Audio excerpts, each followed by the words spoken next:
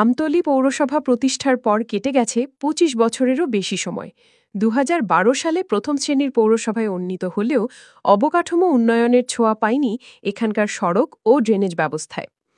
খুবই খারাপ, চলার মতন না একেবারে।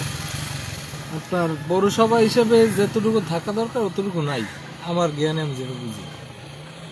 খানাখন্দে ভরা রাস্তাঘাট আর সামান্য বৃষ্টিতেই পানিবন্দী হয়ে পড়ছে পৌরবাসী।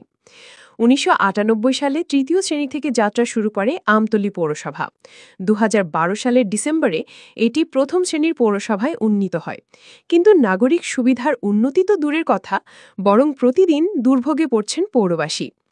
প্রধান সড়ক থেকে শুরু করে অন্তত অর্ধশতাধিক রাস্তা বেহাল অবস্থায় পড়ে আছে।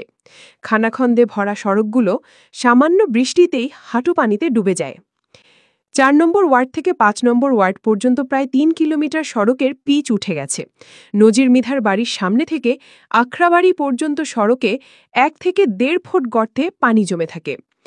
আমতলী একে হাই স্কুলের পাশের খাসপুকুর সংলগ্ন সড়ক ভেঙে লেকের মধ্যে ধসে গেছে।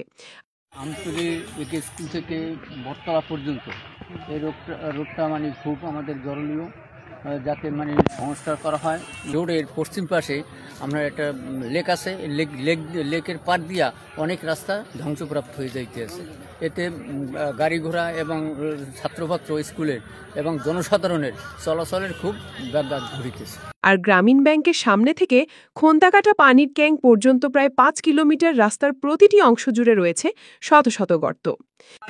পানির মধ্যে আড়া লাগান আর পাতাও ঘা হয়ে গেছে, সেইবেলা সেই হাঁকাটা দিয়ে লইল।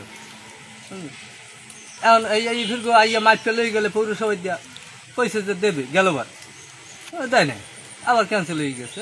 করার কি আছে, হ্যাঁ হাতে ক্ষমতা, হ্যাঁ সরকার ক্ষমতায় আছে, দেয় না। লঞ্চঘাট এলাকার খাসপুকুর পাড়ের রাস্তা ভেঙে গত ১০ বছর ধরে পানির নিচে। বর্ষা মৌসুমে ১০ থেকে ১২টি পরিবার পানিবন্দী হয়ে পড়ে। শেষ পর্যন্ত নিজেদের টাকায় বাঁশের সাঁকো বানিয়ে চলাচল করছে স্থানীয়রা। আমতলী পৌরসভার নির্বাহী প্রকৌশলী জানিয়েছেন, বরাদ্দ না পাওয়ায় সড়কগুলো সংস্কার করা সম্ভব হয়নি। এদিকে উপজেলা নির্বাহী কর্মকর্তা ও পৌরসভা প্রশাসক জানিয়েছেন, ভাঙা সড়কের তালিকা তৈরি করে মন্ত্রণালয়ে পাঠানো হচ্ছে। বরাদ্দ পাওয়া গেলে সংস্কার কাজ শুরু হবে। তবে প্রতিবছর কোটি কোটি টাকার বরাদ্দ আসলেও তা কোথায় ব্যয় হচ্ছে সে প্রশ্ন এখন জনমনে।